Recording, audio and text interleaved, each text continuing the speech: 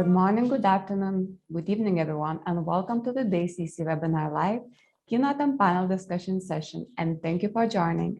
We would also like to thank Bankai Group for sponsoring today's CC-Webinar.Live session. And now I would like to pass on the microphone to Eric to introduce the keynote speaker and later on to moderate the panel session. For audience, if you have any questions, please do use the chat box option throughout the session. That's all from my side. Eric, over to you. Thank you, Laura, and welcome everybody out there and being with us at the CC-Webinar.Live today, sponsored by the Bankai Group. The topic of today, ladies and gentlemen, is actually the telecom wholesale industry in the digital transformation era. So what are the new opportunities and challenges in the digital area for the market players? So to do this, I have a very esteemed panel here with me, and I would like to give them a quick minute to introduce themselves. So over to you, Chander. Welcome.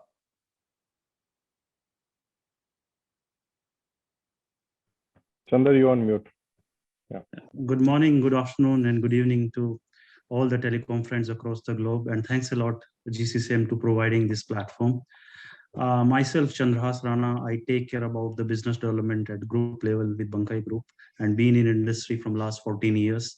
Worked with the telecom organization from tower industry to network services to international carrier services. And it's my pleasure to be the part of this esteemed panel. Yeah. Thank you very much, Chander. And let's go over to you, to the Chief Commercial Officer of the Bankai Group, Mr. Ayush, please. Thank you so much, Eric and Career Community, for bringing all of us together here. I'm Ayush Barot, Chief Commercial Officer at Bankai Group, and I've worked in various roles at Bankai Group, right from the executive level to the CXO level, and have had different opportunities across these 17 years rotating around the wholesale industry. So I'm eager for today's session to learn more with you guys and have questions from our wonderful audience. Thank you. Thank you, Ayush. And despite the 17 years, you look every day younger and younger. Compliments for that, man. I don't know how you do it, but maybe one day you can tell me the secret. Thank you, Ayush, and thank you, Bankai Group. So let's go to Matthew, please. I'm Matthew Wally. I'm director and co-founder of Ilex Content Strategies. We're a global B2B tech and telecoms agency supporting businesses with sales enablement, borderless PR, and inbound marketing. So we're operating everywhere from Singapore, India, the Gulf, Africa, Europe, and the Americas. And ultimately, we're helping companies to communicate their digital transformation and grow their bottom line. Thank you, and great having you, Matthew. So over to you, Robert. Oh, hello there, and thanks for the opportunity to support this event. My name is Robert Wallin. I'm a managing director for the telecom sector over at Natixis Bank. So we are providing anything from M&A advisory all the way to revolving credits if that is necessary. And we're supporting the infrastructure build out, particularly telecom sector, as you may understand. So anything from fiber to data centers, to subsea, satellite, towers, you name it. It's something that I've been doing for the last 30 plus years, but in various positions prior to joining Natixis in 2019. Thank you, Robert, and good seeing you and having you again on one of our panels. So thank you so much for being there. So Tawfiq, over to you. Thanks, Eric. Hi, everyone. Good to see you guys. Been a while. Not been traveling a lot or not at all. So I'm Tawfiq from IX Telecom. We're based in Malaysia, a virtual network operator based in Malaysia, but operating from a few different countries like Singapore, Hong Kong, even the USA, and recently Myanmar. 15 years for me in the industry, doing pretty much wholesale, and we're doing a lot of virtual network operator and also managed service provider, helping the telcos and enterprise out there. Hope to have a good discussion. Thank you so much, and I'm sure we will have a great discussion having you on the panel as well. So thank you, Tawfiq. But last but not least, Adam, please join in. Hi there, I'm Adam Godwin from Telstra. I run the wholesale business of Telstra for the EMEA region. So I look after lots and lots of lovely customers in Europe, the Middle East, and Africa, and look forward to catching up with many of you again soon. It's a pleasure to be on the panel this afternoon. Thank you so much, an honor having you, Adam. Thank you very much. So, ladies and gentlemen, telecom wholesale industry in the digital transformation era. Big words, but let's first listen to Chander and joined by Ayush later on their keynote presentation. So, Chander, if I may invite you to start your presentation. Take it away. Good luck, and we're more than eager to see what you have to share with us and the world out there. So please go ahead. Thank you, Adam. Thanks a lot. So as Eric has already mentioned, that it's such a heavy word when you talk about digital transformation, because we are on the cusp of history. Like there have been like four industry revolution, and now we are at a stage where certainly we can say that next 5-10 years going to be instrumental for global businesses as well as telecom as well. So our topic is very specific to telecom and more focus on wholesale side. So I will cover that in next 10-20 minutes. So we have already through our introductions. So agenda is like I will cover like these 4-5 points. Basically, what are the more or digital transformation trends in telecom industry, and specific to wholesale industry, what kind of initiative been taken and what is the impact of digital transformation on telecom and wholesale, and what kind of digital and automation initiative Bankai Group is taking since last 20 years. See, if you talk about digital transformation, the backbone of digital transformations are different kind of technology. And today, if you see globally, there is lots of buzz about 5G networks, IoT revolution, artificial intelligence, robotic process automation, big data, cloudification, and everything. See, if we talk about mobile penetration today, it's already more than 80% globally. There are more than 5 billion plus mobile subscribers using different kind of services. But once 5G would be there, the mobile internet speed would be increased by 10 times. And when you add that mobile money and digital money into play, it's going to be more than 2 trillion economy that we are talking. So the 7 different technologies on the basis of that digital transformation is going to take shape in telecom industry are basically 5G network, IoT, and all those being mentioned. The most closer to my heart, or what I feel is where the telecom companies will make lots of money and have more opportunity, would be IoT. Like today, we have somewhere around 5 billion mobile subscribers. Those are kind of, generate revenue for telecom operators. Imagine 50 billion connected devices in next 5 to 7 years, and then different kind of application running on them, and the kind of data that will generate. And you bring artificial intelligence and machine learning algorithms to the picture, the kind of analytics and database that telecom operators would be generating, and all the information that will help customers or companies to grow faster would be instrumental. So these 7 patterns are the backbone of the digital transformation trends that is happening in telecom industry. So just kind of summarizing it, for telecom, it would be 3-4-3 at the core.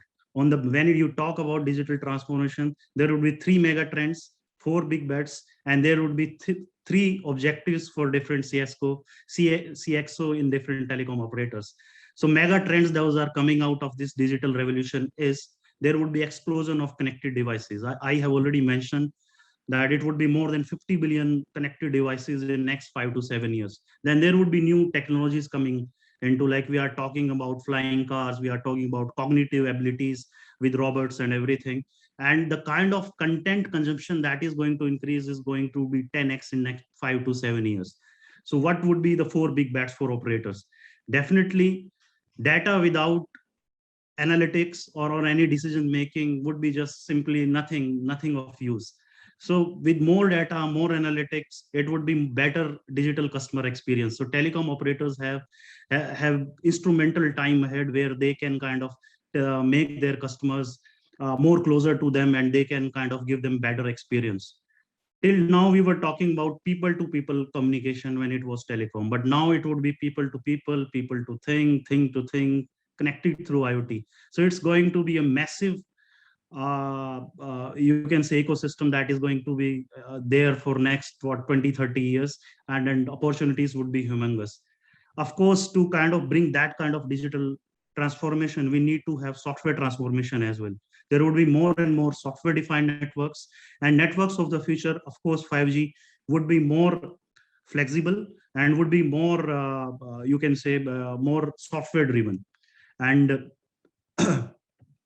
the CEOs can take better decisions because they need to run faster, they need to change faster, and the growth would be instrumental for most of the telecom operators if they be kind of take correct decision on digital transformation side.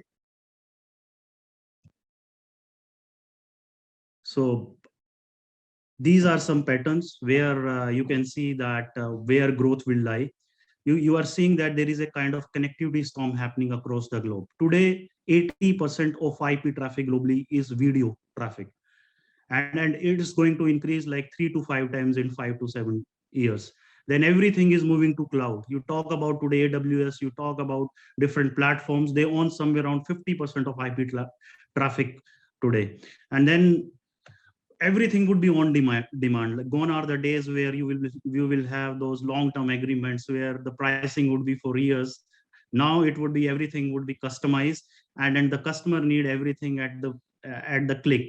So this way, if you see, digitalization will change the front end as well as the back end, and the process it would be driven by different automation instrument like API driven, or you can say a lot of blockchain or artificial intelligence and machine learning technologies will play into that.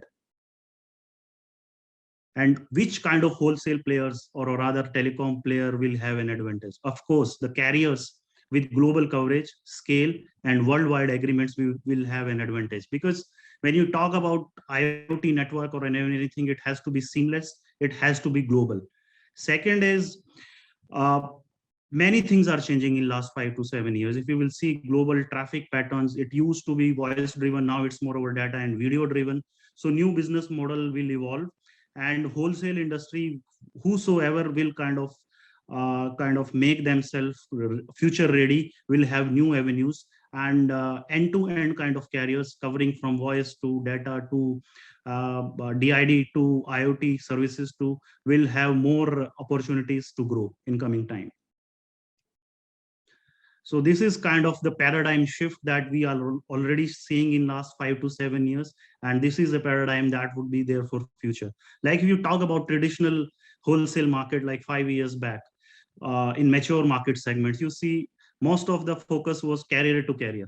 Now it's not only carrier to carrier, it's from carrier to carrier, it's from carrier to CSP, carrier to enterprise. Even if you talk about RFPs, RFP used to be, they used to float RFPs like 6 months, you need to, there was timelines were like 6 months, now it's more real time, and pay as you grow schemes are there in market. And of course, market will move from humans to IoT or eSIM.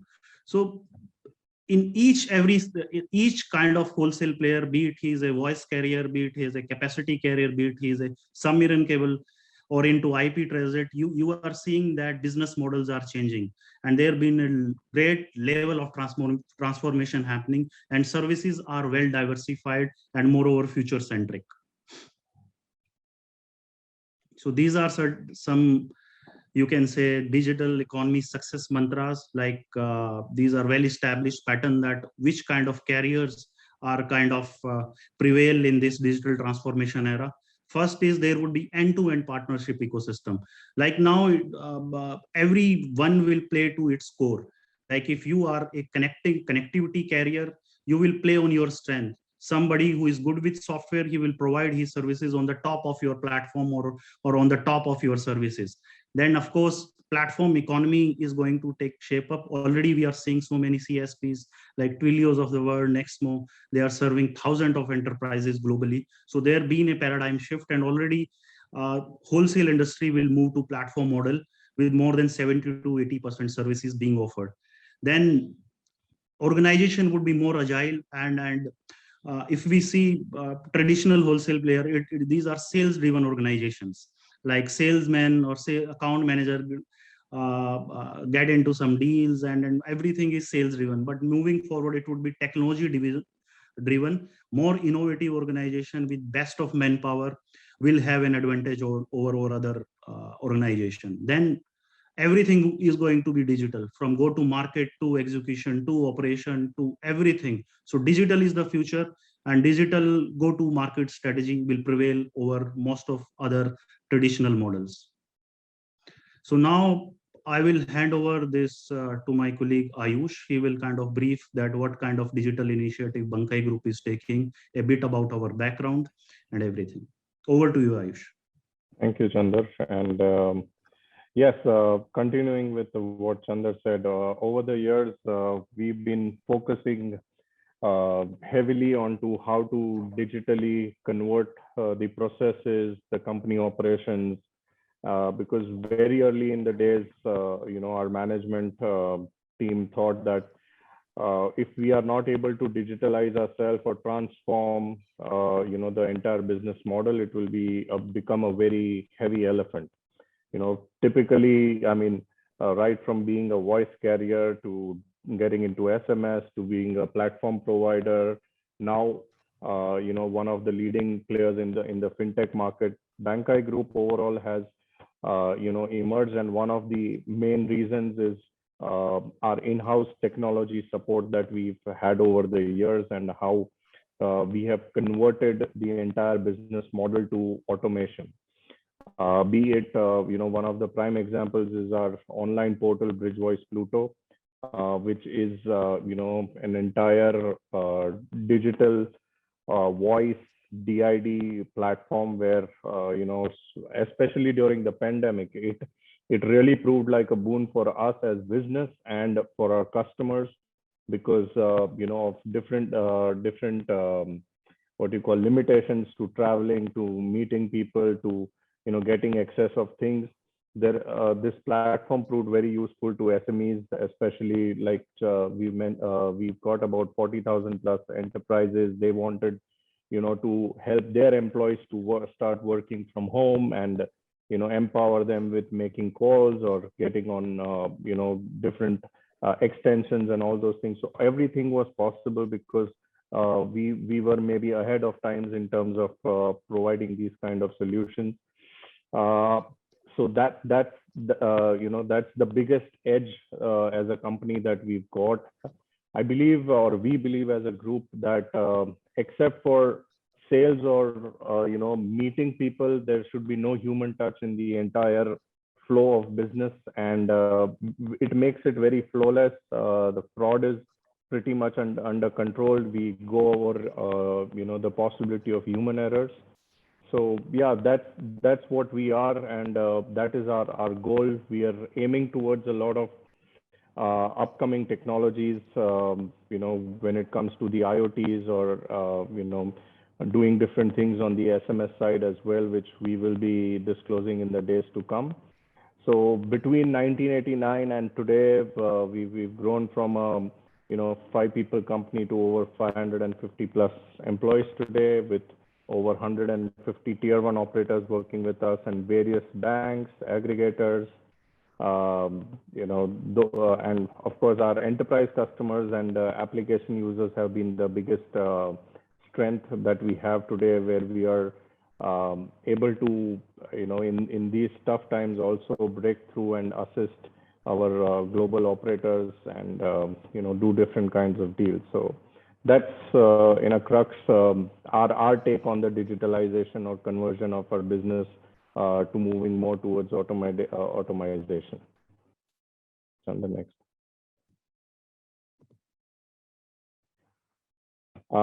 yeah, we've been always tried to be in the news, and with the help of people from the industry who have been choosing us over different nominations and choices over the years. Recently at Berlin, also at GCCM Berlin, we were awarded as the most innovative software provider. So yeah, I mean, I'm just grateful, and we are as a company thriving and aiming towards simple excellence. I think yeah, we're now open to questions and round of discussions that we would have with this great panelists sitting here. And yeah, Eric, over to you. Thank you. Thank you very much, Ayush, and very impressive presentation, and I think from the Bankai point of view, and absolutely with regards to the digital transformation on the point. So I don't think that there are, let's say, from the participants any, and I don't see any questions coming in from the chat box. Let me quickly check with our fellow panelists if there is any question with regards to the presentation from Bankai Group. Anybody? No, I must have been Chandra and Ayush. Congrats! It has been all clear, and you set the pace. So let's invite the other gentlemen to the floor as well to get immediately into the panel discussion, and to set the pace. And maybe Robert, if I may start with you. I mean, the Bankai Group were just mentioning 3 megatrends. So more connected devices, new technologies, and increased content consumption. From your point of view, because you oversee the complete market, what are the new opportunities and challenges in the digital area for the market players, Robert? What would be your take on this one? Important to hit the unmute button there. I think that if we're looking at it from ourselves as a financial institution, I can look at it partially on the basis on how do we look at our clients who may potentially want to borrow money, if we are looking at our corporate customers, and then of course I can look at it from the other side of the equation, which is all the people who are depositing monies with our parent, which is BPCE, which is the traditional banking activity. We are only doing corporate and investment banking. And what I can see is on our retail side of the business is that, yes, it's becoming less and less of shall I say, of human touch in the activities between our, shall I say, retail business customers and the bank offices, because all the new technologies that are being offered in terms of internet banking and for no other reason, even the mobile phones, which can manage the vast majority of your day-to-day business. So there we can see, and of course with that it becomes less issues of misunderstanding, etc., because you're being asked frequently if you're really sure you want to transfer some money here to whoever it is. But I can also see from our corporate and investment banking side is that this is increasing the demand in terms of capacity in the networks, and we are seeing a significant increase in demand from our telecom clients in terms of whether they are data center operators, whether they are fiber operators or tower operators, that there is a significant increase in CapEx requirement. And some of it is linked to the ramping up, so to speak, for a 5G service in the future. But a lot of it is just simply taking care of the increased data need that is coming. We have seen an increase between 15-20% in capacity needs for the last 2 years per year. And we are seeing a CapEx demand from our clients, which is far exceeding that. And if I'm looking at the plans for fiber builders in Europe, if I'm talking Europe here for a moment, and data centers, it's significant increase. And the shall we say, the limiting factor is starting to be felt, not necessarily perhaps in the telecom network, but actually in power. We are seeing one country after the other starting to consider that, hang on for a moment, do I actually have power enough to do this? And on top of it, renewable power. So I see the demand, I see the request, but I'm also seeing bottlenecks starting to develop. Okay, thank you very much. Let's go to Matthew. Matthew, your overview in let's say a couple of sentences. How do you see the market? What's going on? Where are the challenges? Sure. So there's three things that I really agree with the guys from Bankai mentioned: the automation, orchestration, and an end-to-end experience. And I think if you see what's happened over the last 18 months about how we're consuming services as consumers, I think that needs to be reflected in the carrier space. And as the team at Bankai highlighted, that they've had a lot of success with self-service models. To me, I look at connectivity. I think it needs to be like water in your house. Like connectivity, water is always on demand. It's always available. And you can water your lawn with it, you can boil pasta with it, you can have a shower, but it's always there no matter what the application is. And I think that's where we're headed in the carrier space. There's a lot of steps that we need to take to get there, but ultimately, from my view, that's the kind of journey we're on, is to give. And when you think about IoT, enabling IoT or enabling services that we haven't even conceived of yet, we need to be able, as carriers need to be able to put that connectivity in the hands of innovators, and then provide that foundation for, to deliver applications and services that we haven't even conceived of yet. So that's where I'm thinking. That's what I'm thinking about when I'm thinking about digital transformation in the carrier space. Okay, thank you, Matthew. Taufik, from your point of view, what do you see? Where are the opportunities and challenges? I think the biggest thing that struck me from Chandra's session was the explosion of connected devices. I think that struck it really well, because it's not the regular increase like we have seen before. It's an explosion, and when we say explosion, it's a sudden thing, and whether the providers are ready to cater this kind of demand, and or are they able to predict when does this explosion going to really happen? Because even though we are seeing a lot of increase recently, but I have a feeling that the real explosion has not happened yet, and the kind of thing that, like Robert mentioned, we should be thinking about the energy as well, not just the increase in bandwidth usage, whether our data centers or cloud providers can cope with this kind of electricity demand that could happen in a sudden. So that I think is something really striking, and it's happening all over the world, especially in Asia region. Thank you so much. And staying in the Asian region and being as well a global player, Adam, from your point of view, some words on let's say to set the pace where the opportunities and challenges are.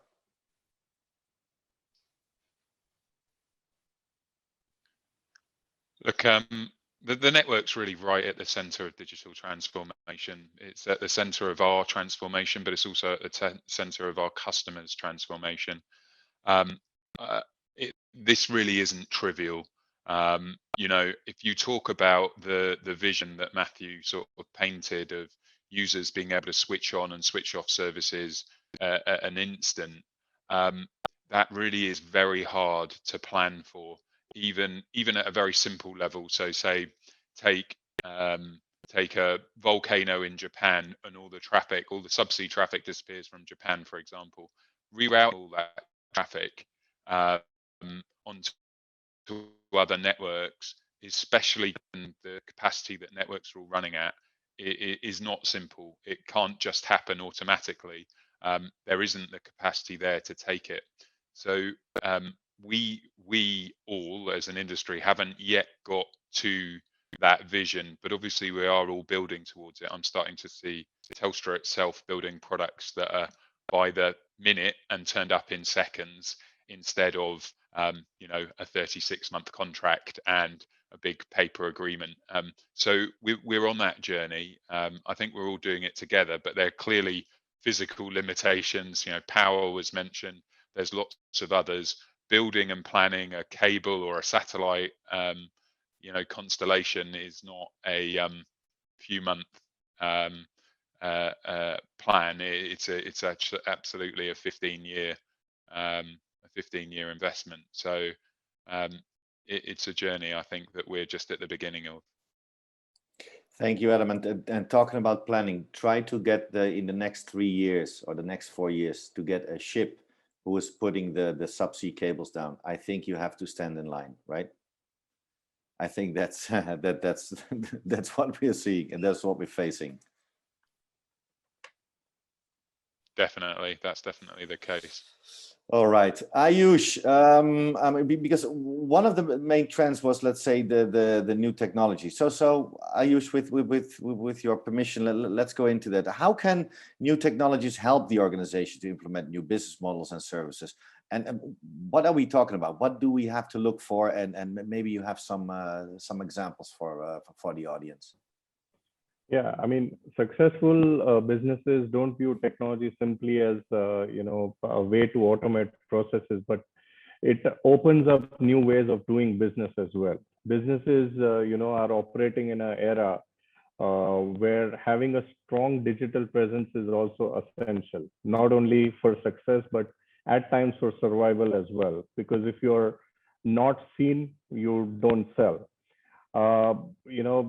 Lot of new technologies, like, for example, a few of them, blockchain, 5G, artificial intelligence, all these are coming up. In terms of, examples or use cases, we've got various of them, talking from the telecom business perspective, that we are into right now, right from asset management to security. It is very important where, operators have remote cell towers sitting in different parts of the country, right from putting a small device onto it to, just see the uptime and if it is functioning properly, to security when it comes to, if there is any margin or any issues with it, anti-theft solutions. A lot of, I've seen 4G and 5G solution providers have come up with anti-theft technology. It is nothing but pure AI based solution with a small chip over the same platform that has been used over the years. So these are maybe small and simple examples of how the digital transformation in terms of our telecom industry is important. There are various other use cases. For example, if you see 5G and IoT technologies, smart cities, where it helps in traffic management, environment monitoring, waste management. I'll just take another minute. Last week, I was in Denmark, in Copenhagen. They have got such a big recycling plant. The problem with them is now they do not produce enough waste. So they are importing waste from the neighboring countries in order to recycle it there. Now, how do they do it? It's basically our blockchain-based systems, based on which they can predict from a Finland or a Norway how to bring in the waste and what kind of quantities would they do and how will be the recycling output. Now, that doesn't concern us as an industry, but that is what AI is playing a big role in transformation, and it is saving the environment. So right from environment, smart cities, to enriching our simple processes at work, it is a very important part. And maybe these are few of the use cases which come at top of my mind at this point. Thank you, Matthew. Can you add something? How the new technologies help the organization to implement new business models and services? I mean, what's your take on that? Yeah, I think there's one of the greatest things that we saw from COVID was from the kind of aftermath of COVID is the opportunity to explore. Like things are being disrupted. Things are not as they were. So we should all take this opportunity to explore new models and see where the where we can push carrier business. And a simple example just from one of our clients is self-service numbers. We've just created a platform. They can provision, people can reserve numbers that support Microsoft Operator Connect, for example. So just putting that power and control in the hands of the user, and then offering up new consumption models that directly lead to business outcomes. I think that's when we saw the launch of Microsoft Operator Connect. I think it was last week. We saw there's going to be a massive demand for numbers, and enterprises need numbers to support teams. So we've worked on offering a new experience and just pushing it a little bit further, not that much further, just a tiny bit further. But that's something that carriers can do, and look at tie their transformations back to business opportunities. Okay, cool. Thank you. Taufik, from your point of view, what are the new revenue business models and services we see? I mean, at the global scale, evolving as a result of the increasing IoT connection, reaching billions of connections by 2025, if not 2024 already. So what do you have to say on that? Yeah, before I go into that, I just want to add on to what Matt has been saying, because when he mentioned the changes due to COVID-19, what I'm saying is something very interesting, because it's not so much a disruption per se, but we have been starting to use things that is already there, but we have been neglecting all this while. For example, video conference. It's there all this while, but no one's really really using it that much, and people are spending thousands, millions on teleconference, telepresence solution, right? But when COVID happened, no one can travel. People are just using computer at home. They're fine with it, and millions of people are using it. And they're like, okay, this actually work. And it's been there, not like last year, but it's been there since 10, 15 years ago. So I'm saying this like something very interesting, because we sort of rethinking the model. And going back to your question, I think these are the kind of thing that's changing. Not just people trying to think of the new revenue business model, but looking back at what we already have and enhancing it, or really looking at something that we have just neglected before. It's like, this might not be working, but actually it does in some way. So I think that part is really interesting. And because of the lot of increase in bandwidth and the usage, I'm seeing a lot more AI, RPA gonna be the business gonna be driven by all this, lot of robotics, and especially integration. A lot of integration between carriers, between devices, between equipments, and these are the kind of thing that really will change the way the new business model, or the way business being operated, the way business owners will rethink how to generate income and how to actually calculate their net profit from the services and from the capex and stuff. Okay, thank you. Chandra, you want to bump in here? This is because the increasing IoT connections, it's going bananas, and it's increasing hugely. So what will we see on services and maybe new business models arising from that?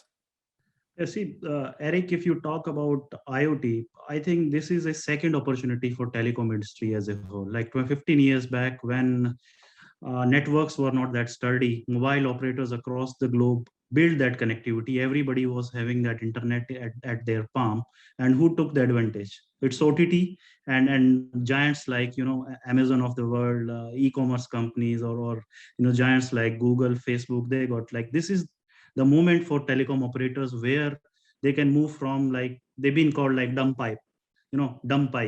So from dumb pipe to digital enabler. So this is an instrumental opportunity for them.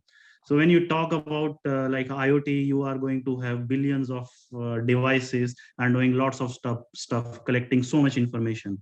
Today you talk about data is the new oil. Which industry got maximum data of any human being. It's telecom industry in the form of XDR, CDR, your location in HLR. Did we made leverage out of that? No.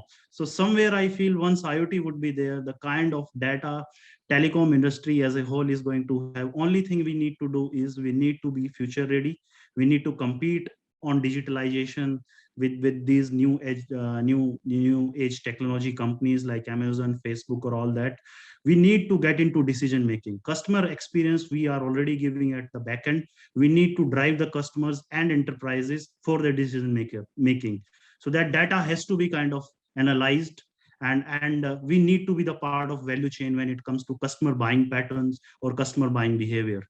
When it comes to case study, every industry would be touched by IoT, from infrastructure to telecom to health, to you name any industry. Opportunities would be everywhere. But the only concern that for telecom as an industry is 10 years down the line, it should not happen that we remain dumb pipes. We need to be digital enabler.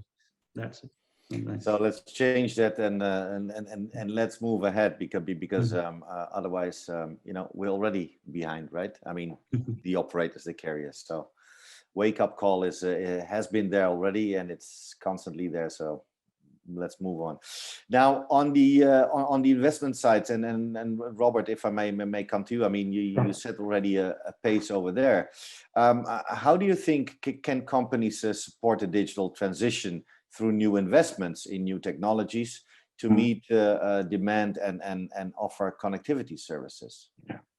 Well, I to come back to what was just said here about for Sharaz, which is basically how to avoid becoming, shall we say, a dumb pipe. And I think one of the big changes that has been over the last 5-10 years is that we have seen the advent of all these infra companies that are building up the infrastructure, and that of course reduces the amount of money that the telecom operators need to spend on the infrastructure and allows them to spend more time on providing services, and could therefore be in a position to take advantage of that. Because I mean, if eventually you're struggling to make your capex budget last either to build another couple of kilometers or more towers or more data centers or increase your services. Well, if you don't have the infrastructure, you cannot provide any service anyway. So one of the opportunities that are being sort of offered now to the telecom operators is that, okay, if someone else is paying for your infrastructure through an infraco, then you're running out of excuses or not spending money on actually developing services that you can sell to the customers.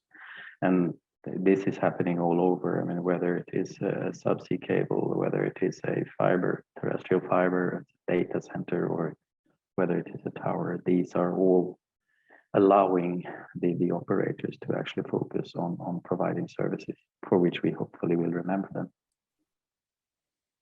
Okay, thank you. So Adam, which are the new partnership models, for instance, between the cable operators? I mean, I know you put down and invested a huge amount of money in sea cables and cables. So Adam, where do you see possible new partnership models between the cable operators, terrestrial and or subsea cable? Yeah, look, I think first of all, going back to what Robert mentioned, I think Telstra will see different investment models. For a company like us that's been, a big incumbent operator, we will see different investment models for different parts of our business in the future. I think that's on the way for us and many other telecoms operators. Some of the time horizons are very different to the different types of of returns, and obviously investors are looking for different returns from different types of asset.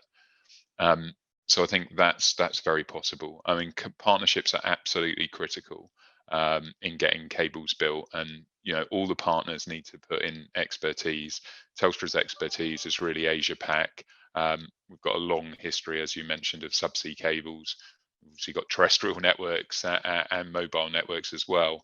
But the subsea cables is a bit of the business that I know best. And yeah, we're making lots of investments. OTT partnerships have been key, but we've been seeing carrier partnerships still as well. We've been doing some individual investments too. It all depends. You know, in country, I think the very big consortiums that we've done in the past are harder to do. Just getting 16 parties to agree on anything is hard. But I think you know, there's definitely partnership models there, and based on the expertise that you bring to the table. Thank you, Matthew. Where do you see maybe new partnership models occur, or do you have, let's say, did you see already some examples? Yeah, just my view is kind of coming back from more of the enterprise focused business, but just looking at building partner ecosystems to target verticals. I think that's going to be absolutely massive. That has not been the focus of enough B2B telco organizations. It needs to be shaping solutions that target the specific needs of industry. Now, we've seen that a little bit in you know, oil and gas and financial services, but I think there's a massive amount of work that telcos can do in partnering with different skill sets to build solutions and then present them out. Otherwise, you know, I think there's a big move from generic telco services to specific vertical solutions, and that's where if I was running a telco, that's where I'd want to focus, because the enterprise has a tremendous amount of money to spend on these services. They're looking for advice, and telcos have the expertise in the underlying foundation in the network, but they have the opportunity to use partnership to layer on top those vertical specific capabilities and package them up and present them out. Mm-hmm. Okay, so gentlemen, if you agree, and also looking at the time, we need to move ahead a little bit. I want to go to, let's say, the wholesale business side of it. So Chandra, maybe you can jump in. What is the scope of digital innovation in the traditional wholesale business, and how can it improve the existing value chain? I mean, you tipped on it already a little bit, but maybe you can enlighten us a little bit. You see, if you see traditional wholesale model, like it's a mid-sized wholesale carrier is connected with more than 1,000+ carriers or more than 50+ operators. A carrier of our size is kind of connected with each and every country, barring like some niche countries. So the amount of information that is available and the size and scale of our network is huge. So when it comes to digital transformation, of course, like those traditional repetitive tasks need to be kind of automated, like customers need to be plug and play kind of mode. Like if there is any enterprise customer in traditional wholesale business, like you trade minutes, you trade SMS or all that. But when you want to serve a CSP, you want to serve any enterprise, your system should be robust. It should be digitally at a level where it can match up with these new age platform companies. So there are lots of technologies that you can kind of imbibe in your system, like blockchain. Like you talk about interconnect settlement processes with blockchain, labeling them for each block in blockchain. You can have future ready, you can say live agreement with operators. So live records you can have in agreements, or invoices or financial thing can be recorded online. And then on traditional voice side, you are seeing that carriers are becoming more diversified. They are using lots of APIs. So now with one click, you should have voice, SMS, DID services, top up and everything. So the scope for digitalization in initial years is huge, but the real boom will start in next 5-7 years. Like 20 years back, international voice was very regulated. It was very tough to give the connectivity across the globe. What I feel, with more freedom on regulation side with mobile money, I feel the real growth sector for most of the wholesale or carrier industry would be remittance. Microcredit or microfinance can be a big market to catch up if carriers are ready with digital infrastructure. Yeah, that's exactly why we see, let's say, the fintech booming as they are, and just looking at the continent of Africa, it is enormous, and not only connect the unconnected, but also make sure that everybody who does not have the access to a bank account, can have everything he wants on his mobile device. So still a lot of things to do and a long way to go, but we need to hurry up, and especially the operators, because otherwise other people who are a bit more agile and a bit more efficient, they pass us where we want, unfortunately. So we need to move on. So Tovik, for you, same questions. What is the scope of digital information in the traditional wholesale industry, and how can we improve the existing value chain? I think similar to Chandra's, I like when his talking is bringing up a lot of new ideas, like talking about the crypto blockchain kind of things. Like when a lot of people that previously you mentioned, Eric, that was not connected is now connected. For the first time they find out about internet. I mean that sounds weird for some people, but in a lot of part of the world, there are a lot of people who did not get connected before, and now with the 5G and bigger expansion of 4G, getting to the real max potential of the 4G, we are not relying much on the physical cables anymore. So a lot of people that was previously not connected are now seeing potential. We're talking about digital banking, right? Not the regular e-commerce banking. It's like digital banking. The infrastructure and the concept of banking itself has transformed, and all of this will change the way and the people consume bandwidth, consume traffic. For like previously, people used for work purpose, for social media, a lot of videos, like 80% traffic are videos. So these are the normal thing. But there are a lot of other things, even as simple as transaction. People are using daily transaction using digital, and they're moving away from the physical currencies, physical money. Everything will be digital. So that is very massive, and that will change a lot of things, because everyday interaction digital first instead of digital as just an options. So I think that's how things will be. Okay, thank you. Ayush, if I may come to you. So what kind of digital initiatives Global Wholesale Carrier Services experiencing, and the impact on the industry overall?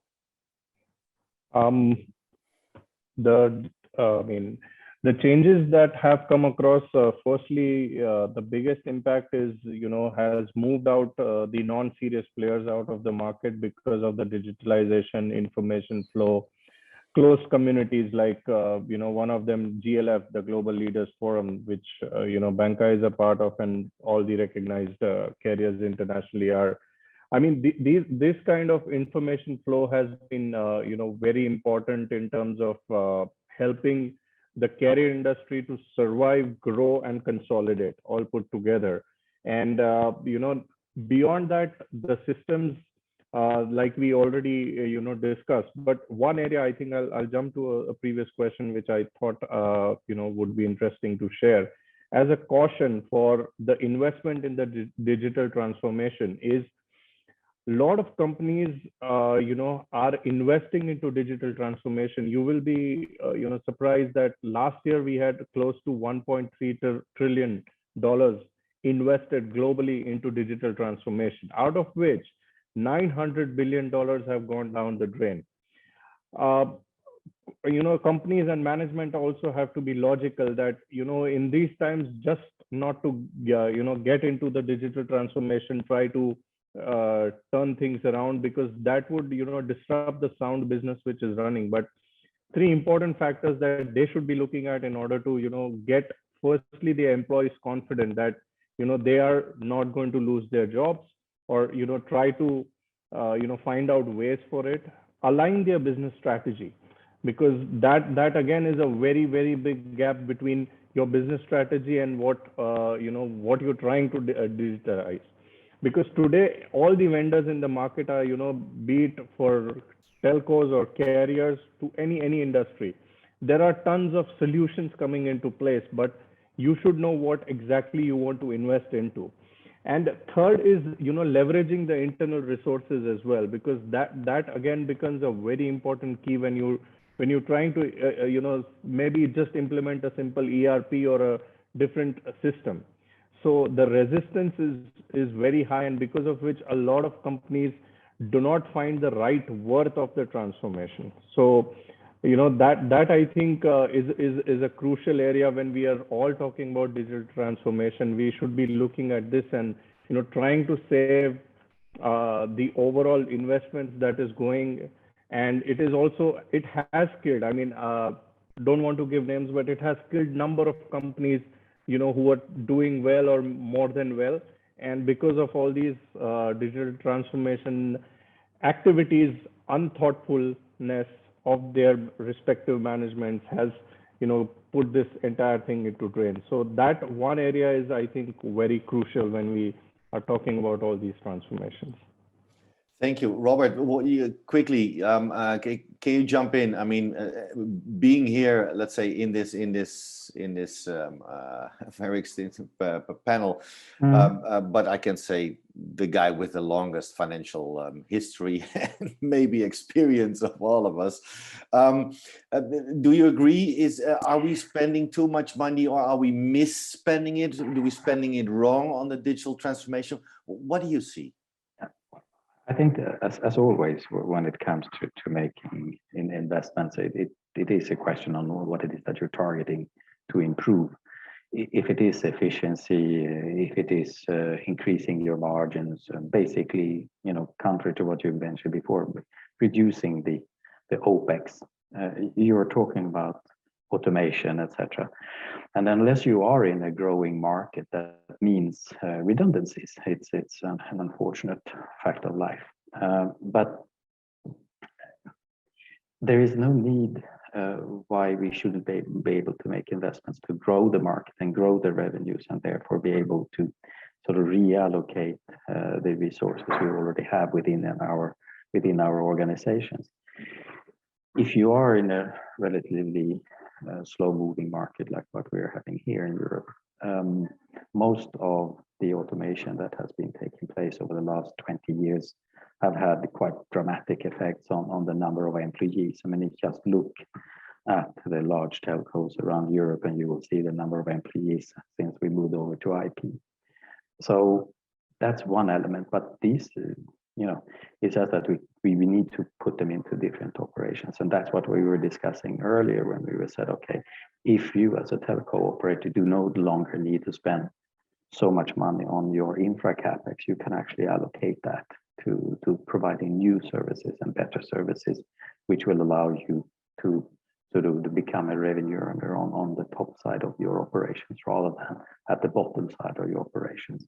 It also solves the problem in terms of having overcapacity, because if you are able to sell your sort of excess capacity to more than one service provider, then it is easier for you to make that additional investment in your capacity from the beginning.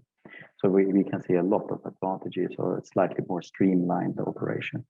But a reduction in the number of operators, because you may have one or two infra companies taking care of one particular country or region, that will then free up people from those operations to other things. And that, I mean, Telstra is a good example. I mean, there's a lot of transformation taking place in APAC, and all the different countries are behaving in a different manner. And we see a lot of sort of some mutualizations of infrastructure assets in that region coming up, similarly to what we have seen happening in Americas and Europe subsequently.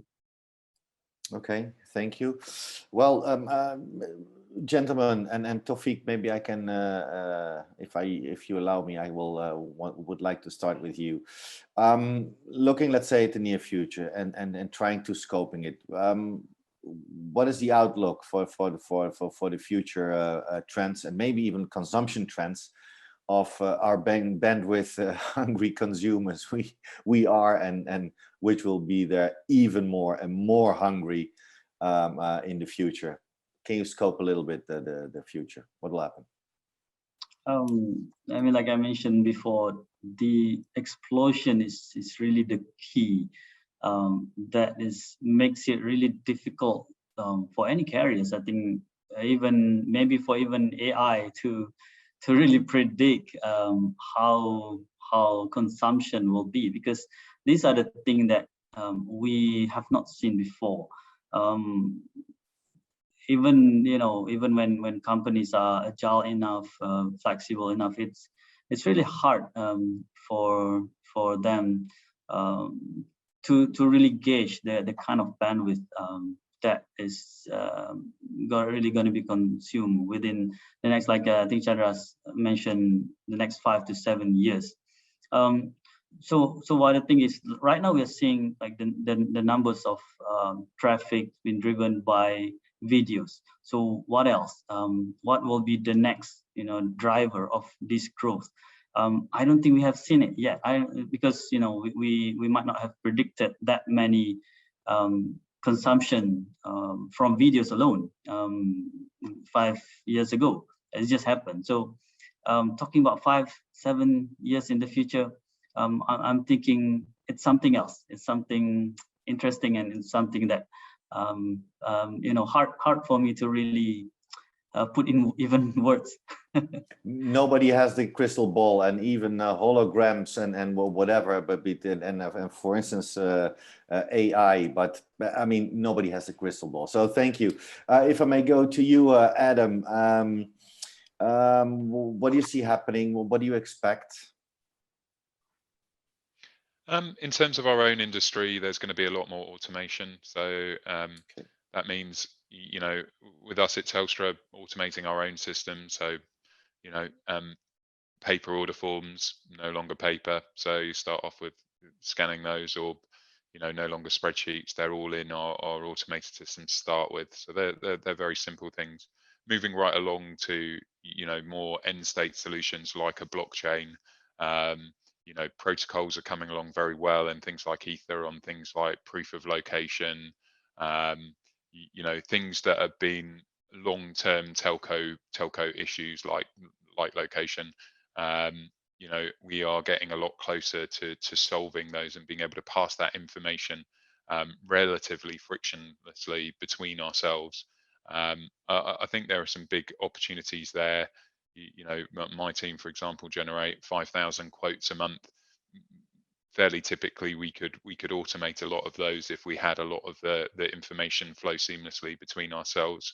Those are some of the industry type solutions. I think there's lots of areas where we can grow our businesses when we start to look at AI and using the information that we have already in our network together with our customers to make better decisions.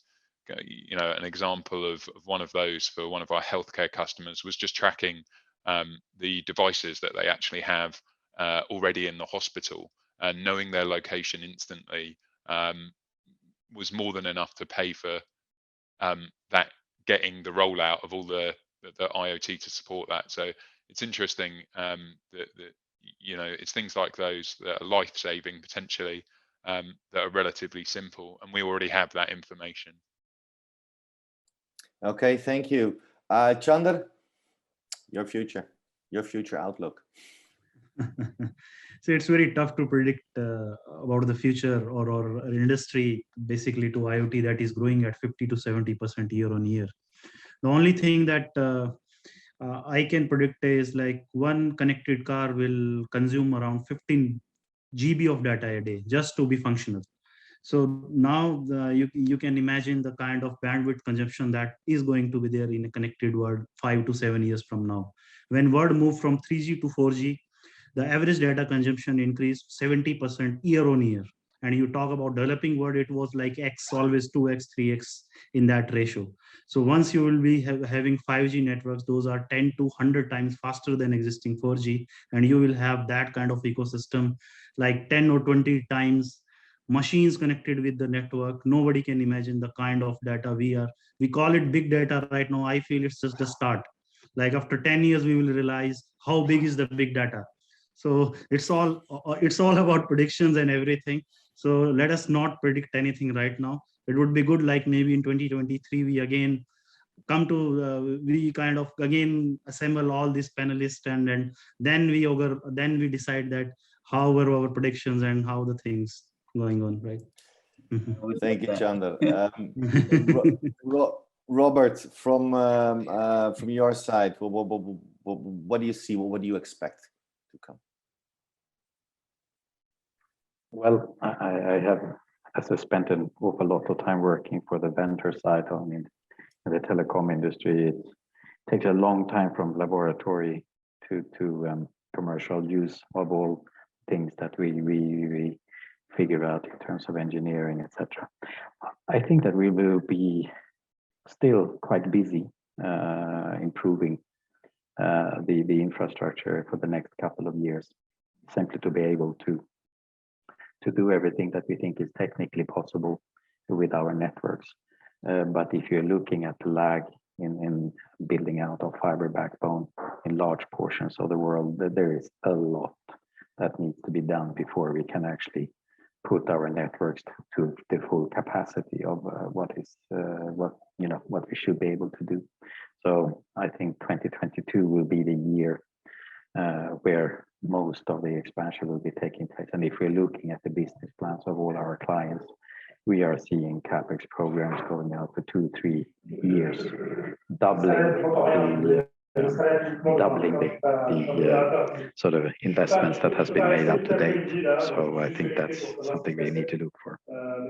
Okay, thank you so much. Matthew, what do you see out there? Yeah, I just want to build on something that Ayush said. I think there's an opportunity for carriers to communicate their transformation. The tech is super important, but I think over the next 2 to 3 years, it's how they communicate the innovation happening within their business, how they communicate that to customers is going to be super, super important. Too often in the carrier business, that's kind of overlooked. They do all the hard work behind the scenes, but forget to explain it to their customers. So I think that, over the next couple of years, there needs to put some effort into taking the customer on the journey with them. If you're doing all this digital transformation internally, you should be bringing that customer along on your digital transformation journey and making sure that they maximize the value of their relationship with the carrier. A very good point and a very valid point, because indeed it has been forgotten many times, and looking at the operators, some will still keep on forgetting this. Very good point. Thank you for that, Matthew. Ayush, of course, I come to you for the last famous words. Where do you see the future going? What is your outlook, and especially from the Bankai Group? And do you make sure that you communicate this to your customers? Because that's what Matthew just mentioned. Absolutely. So customers, internal and external, both are important, as I mentioned earlier.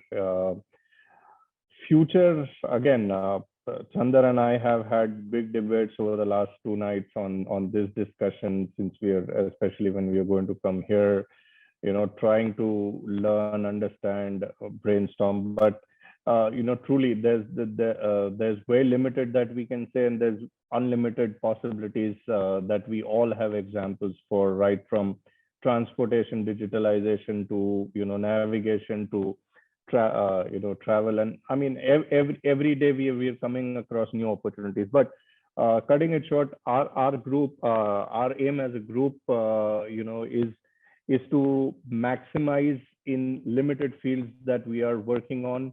You as a carrier or as a financial or fintech company cannot go everywhere. But we are currently working on mastering our internal processes, our internal way of aligning our business strategies to the changes, and then working it out based on the customer needs in the sectors in which we are working on. And internet, bursting of the users, connected devices.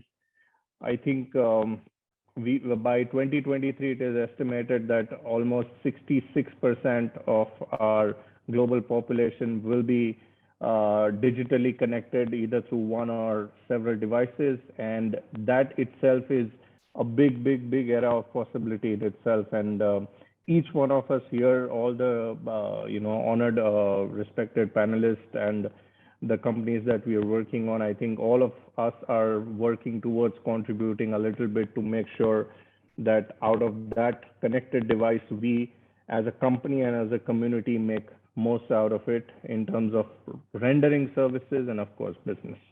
So that's my position. Thank you very much, Ayush, and ladies and gentlemen, with those famous last words of Ayush, we come to an end of this session. We run a little bit over time, but again, with these guys being on the panel, I mean, what can we do? They have so much to tell us. They have so much to share with us, and we at the Carry community are more than happy to be the platform to do that for you out there. So thank you very much, and I would especially want to thank Adam, Tawfiq, Robert, Matthew, Chandra, and last but not least, Ayush and the Bankai Group for hosting and sponsoring it.